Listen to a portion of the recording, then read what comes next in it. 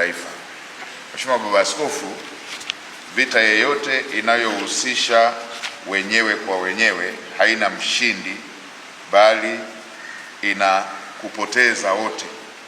Hivyo hivyo na mgawanyiko ndani ya taifa hauna mshindi, bali una matokeo ya kushindwa wote kama taifa. Manufaa ya amani ni makubwa, na hasara ya kupoteza amani haina mshindi, bali ina kupoteza wote kama jamii. Manufaa ya amani ni makubwa na huleta maendeleo ya kiuchumi, huimarisha ustawi wa jamii na huwezesha kila mwananchi kushiriki kikamilifu katika kujenga taifa.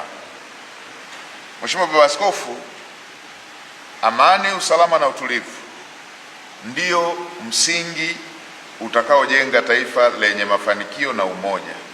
Sote tunatambua kwamba Tanzania imeendelea kuwa kielelezo cha umoja, amani, mshikamano na utulivu katika ukanda wetu na barani Afrika.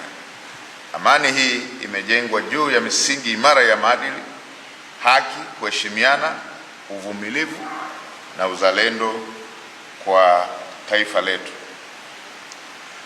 Serikali inaendelea kutekeleza wajibu wake wa kulinda amani na usalama wa nchi pamoja na kuwajenga Watanzania hususan vijana kuthamini dhana ya uzalendo kwa nchi yetu.